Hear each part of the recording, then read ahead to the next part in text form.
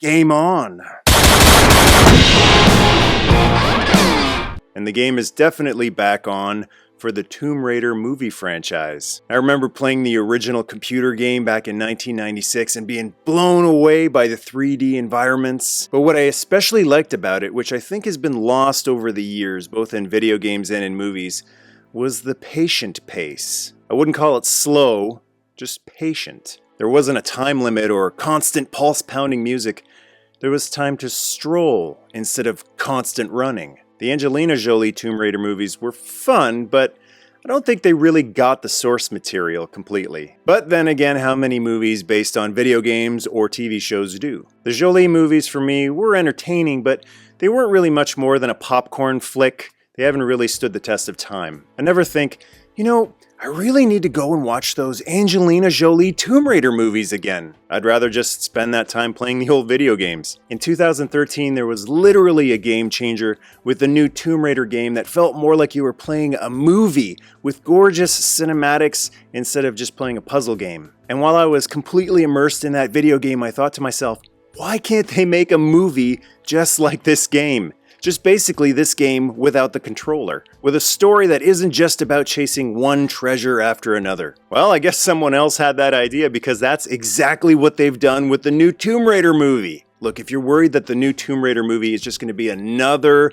weak reboot, you can stop worrying. This one actually has heart. I've talked a lot on my channel about the epidemic of bathos in movies today, about the lack of courage to be sincere about something because they're afraid that someone's going to make fun of it. Well, this movie is just as fearless as Lara Croft when it comes to sincerity. It had all the elements of both the classic game as well as that amazing 2013 reimagination. Yes, it's fun and exciting, but it's also beautiful. See, Tomb Raider has often been called an Indiana Jones knockoff or heavily inspired by Indiana Jones, but I disagree. While they both have the common theme of relic hunting, I picture Indiana Jones as being more dry and dusty and more about the fisticuffs, Indy throwing the punches, whereas Tomb Raider, I think of the beautiful scenery, and it also has more class and poise thanks to Lara Croft. And let's talk about Lara Croft. Alicia Vikander is awesome as the new Lara Croft. Before Alicia was cast, I'd heard that Daisy Ridley was considered, and I'm really glad they didn't go with her because of all the Star Wars baggage that would have been brought along to it.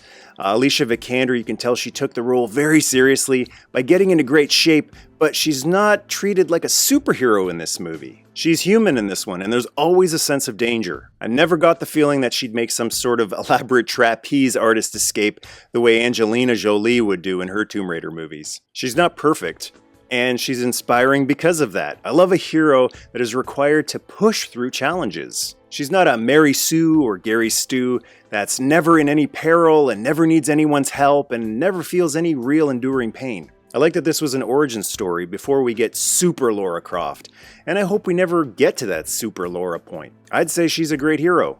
Not a female hero, just a hero, like Ellen Ripley or Sarah Connor. It didn't feel like there was any social justice warrior or feminist agenda going on here. This is a strong, heroic character that isn't created by making everyone around her incompetent buffoons. And even though two of Lara Croft's trademark accessories are her twin guns, I was glad to see her not dispensing Chow Yun-Fat style twin gun justice throughout this movie. It forces her to use her ingenuity more, like Indy. Yeah, Indy had a gun too, but he was never constantly blasting away at people. He used his whip a lot more than his revolver. And the music was awesome too. It's so rare to have the music stand out just as much as what you're seeing on screen. It's by Junkie XL, the same guy who did Mad Max Fury Road, and I put this soundtrack right on the same level as Fury Road and some of my other favorite movie soundtracks like Tron Legacy or The Equalizer. I won't spoil it for you, but this isn't just another rehash. There are some surprises I didn't see coming. One cameo in particular I loved that I won't spoil for you. So it's great that a franchise that I've been familiar with for 20 years can still surprise me. And there's a couple shout outs to the longtime fans with Easter eggs to the original games as well. Now I'm gushing here, so you may think I'm saying this movie's perfect. No, it's not perfect, but I'm grading on a curve here, and as far as movies based on video games go, especially ones that have already been a movie franchise in the past, I think this one's fantastic. Loved all of the old school practical effects, which made the danger seem a little bit more real. And then even the CGI effects are really done beautifully. No post-credit scene setting up the next movie, which I actually thought was refreshing. They obviously hope that it'll do well enough to warrant a sequel, but I appreciate that they're letting audiences just sit and savor what they've just seen instead of immediately moving forward and trying to build hype and anticipation for the next one. Can't we just sit and savor what we've enjoyed instead of constantly thinking about the future? So if you're looking for a great action movie that actually has some heart too, definitely check out the new Tomb Raider. Got a Tomb Raider remark? Scroll down and go to town. And to join the tribe, hit subscribe. Nerdmaste.